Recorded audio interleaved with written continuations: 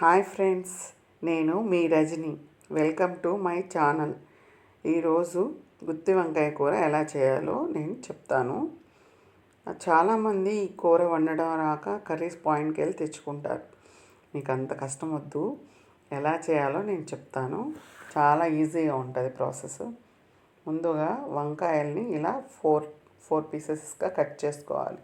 Edge కల్లా cut చేయాలి, మరీ చివరికల్లా కట్ చేస్తే ఓపెన్ అయిపోతుంది. తర్వాత మసాలా ప్రిపేర్ చేశాను. ఆ మసాలాని దానిలోకి చక్కగా స్టఫ్ చేసుకోవాలి. వాటిని గట్టిగా ప్రెస్ చేసేయాలి. ప్రెస్ చేసేటప్పుడు లోపల నుంచి మసాలా బయటికి రాకుండా ఉంటుంది అన్నమాట. ఆ పైన ఉన్న పొడి అంతా కొంచెం నీట్గా తుడిసేసుకుంటే మనకి ఫ్రైకి ప్రాబ్లం ఉండదన్నమాట. అలా స్టఫ్ చేసేసి పెట్టేసుకున్నాను అన్ని వంకాయలు చాలా ఫ్రెష్గా ఉన్నాయి కదా.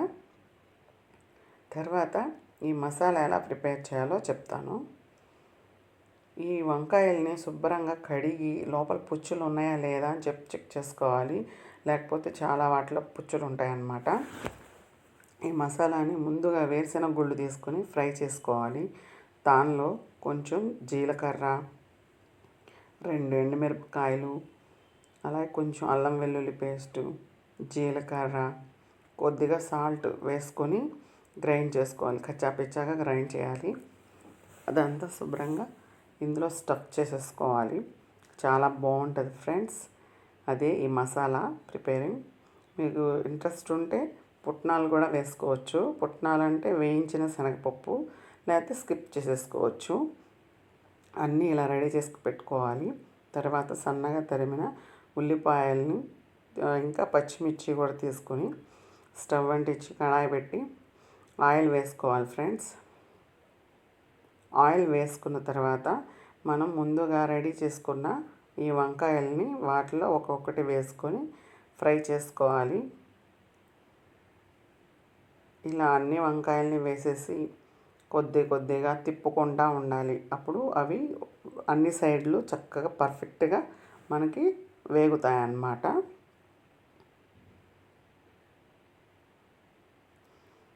ఈ వంకాయలు బాగా వేగిన తర్వాత చూడండి, కలర్ షేడ్ అయింది కదా. ఆ విధంగా వేగిన తర్వాత కొంచెం మెత్తపడిన తర్వాత మనం పక్కకు పెట్టేసుకోవాలి.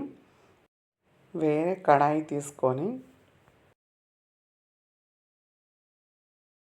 పోపు పెట్టుకోవాలి ఫ్రెండ్స్. ఆ పోపు దినుసులన్నీ వేసుకున్న తర్వాత ఆవాలు, పచ్చెనగపప్పు, సాయమినపప్పు, కొద్దిగా జీలకర్ర వేసుకొని పోపు పెట్టుకోవాలి. పోపు వేగిన తర్వాత మనం కట్ చేసుకున్న ఆనియన్స్ ఉన్నాయి కదా, ఆనియన్స్ కూడా వేసుకొని ఫ్రై చేసుకోవాలి.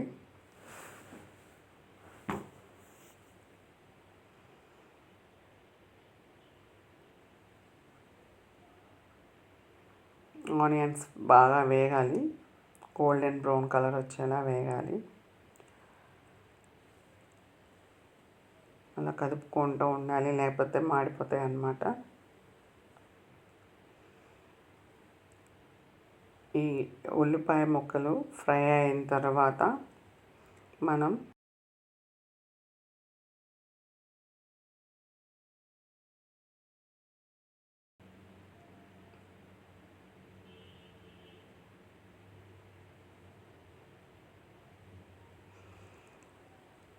కొద్దిగా పసుపు వేసుకోవాలి ఫ్రెండ్స్.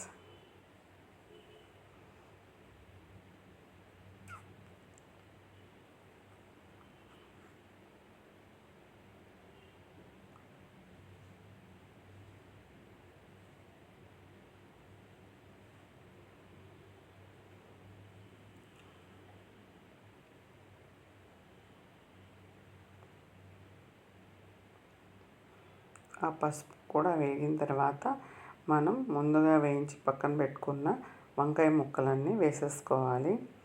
ఈ వంకాయలన్నీ మరీ ఎక్కువగా తిప్పకూడదు, పైన సైడ్ల బట్టి నుంచి తిప్పుకోవాలి, లేకపోతే వంకాయలు ఓపెన్ అయిపోతాయి అన్నమాట. అలాగే దానిలో కొద్దిగా కారం, తర్వాత ఉప్పు వేసుకొని కాస్త మగ్గనివ్వాలి.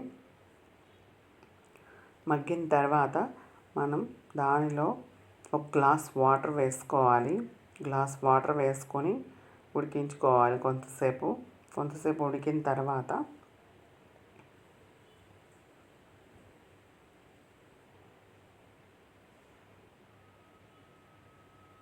గుత్తి వంకాయ కూర ఇలా వండితే ఎవరైనా సరే ప్లేట్ ఖాళీ చేయాల్సిందే. చిన్నపిల్లలు కూడా చాలా ఇష్టంగా తింటారు. స్పైసీగా ఉన్న చాలా ఇష్టంగా తింటారు. అంత టేస్టీగా ఉంటుంది కర్రీ మాత్రం. ఇలా వాటర్ పోసుకున్న తర్వాత ఒక 2 నిమిషాలు గరం మసాలా వేసుకోవాలి. Thanks for watching. సబ్స్క్రైబ్ చేసుకోండి, లైక్ చేయండి.